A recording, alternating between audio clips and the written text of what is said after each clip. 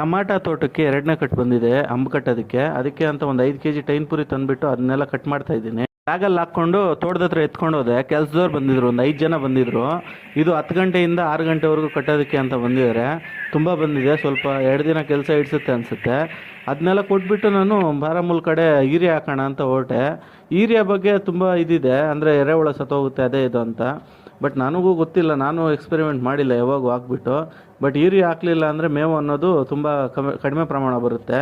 ನೀರಿನ ಜೊತೆ ಯೂರಿಯಾ ಕೊಡ್ತಾಯಿದ್ರೆ ಚೆನ್ನಾಗಿ ಬರುತ್ತೆ. ಅದಕ್ಕೆ ಅಂತ ನಾನು ಒಂದು ಟ್ರಿಪ್ ಇಲ್ಲ 2 ಟ್ರಿಪ್ಸು 2 ಸಲ ಕೊಯ್ದ ಮೇಲೆ ಮತ್ತೆ ಇನ್ನೊಂದ್ಸಲಿ ಗೊಬ್ಬರ ಕೊಡ್ತಾ ಇರ್ತೀನಿ.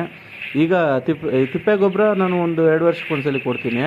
ಅದೆಲ್ಲ ಗೊಬ್ಬರ ಚೆಲ್ಲಿದಾದ್ಮೇಲೆ ಪಕ್ಕದಲ್ಲೇ ಏನೋ ಕೆಲಸ ನಡೀತಾ ಇತ್ತು, ಅದೆಲ್ಲ ನಾನು ಪೈಪ್ ಹಾಕಿದ್ದೆ ಆ ಬೀಡಲ್ಲಿ.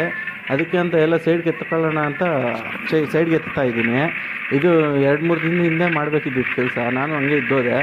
ಈ ಪೈಪ್ಸ್ ಎಲ್ಲ ನಾನು ಹಳೆವು ಸೈಡ್ಗೆ ಹಾಕ್ಕೊಂಡಿದ್ದೆ ಅವ್ರಿಗೆ ಮೇಲೆ. ಅದೇನೋ ಕ್ಲೀನಿಂಗ್ ಮಾಡ್ತಿದ್ದಾರೆ ಎಲ್ಲ, ಅದರಿಂದ ಎಲ್ಲ ಸೈಡ್ಗೆ ಎಳಿಬೇಕಾಯ್ತು. ಇದನ್ನೆಲ್ಲ ಆ್ಯಸಿಡಲ್ಲಿ ಎಳೆದ್ಬಿಟ್ಟು ಮತ್ತೆ ಯೂಸ್ ಮಾಡಬೇಕು ಬೆಳೆಗೆ. ಅದನ್ನೆಲ್ಲ ಎಳೆದು ಬಂದು ಇದು ಟಮಾಟ ಮೇಲೆ ನೀರು ಹಾಕಿದ್ದೆ. ನಾಳೆ ಮದ್ದೊಡಿಬೇಕು ಅಂತ ನೀರು ತುಂಬಿಸ್ತಾ ಇದ್ದೆ.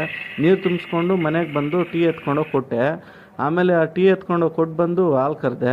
ನಂದು 6 ಹಸುಲಿ ಒಂದೇ ಒಂದು ಹಸು ಕರೆಯುತ್ತೆ, ಅದು ಈಗ ಲಾಸ್ಟ್ ಬಂದಿದೆ. 1 ಲೀಟ್ರು 1.5 ಲೀಟ್ರ್